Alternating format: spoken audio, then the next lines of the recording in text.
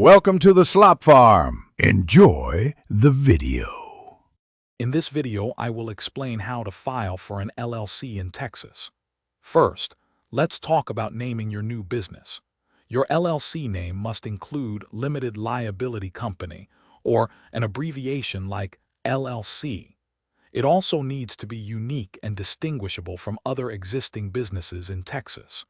Be sure to avoid restricted words that might imply government affiliation. You can even reserve your chosen name for 120 days for a $40 fee, ensuring it's available when you're ready to file. Next, you'll need to designate a registered agent. This is an individual or entity with a physical Texas address, available during regular business hours to receive legal documents. Then, you'll file your certificate of formation with the Texas Secretary of State. This crucial document officially establishes your LLC. The filing fee is typically $300, though online submissions might incur a small additional convenience fee. This step is vital for your business's legal recognition. Now let's discuss your operating agreement and employer identification number. While Texas law doesn't strictly require an operating agreement, it's highly recommended. This internal document outlines ownership, management, and how profits are distributed, preventing future disputes.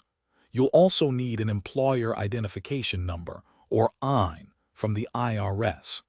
This is your business's federal tax ID, essential for opening bank accounts and filing taxes. Applying online is free and usually provides your EIN instantly.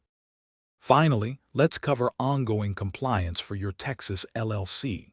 While Texas does not require a separate annual report, all LLCs must file an annual franchise tax report with the Comptroller's Office.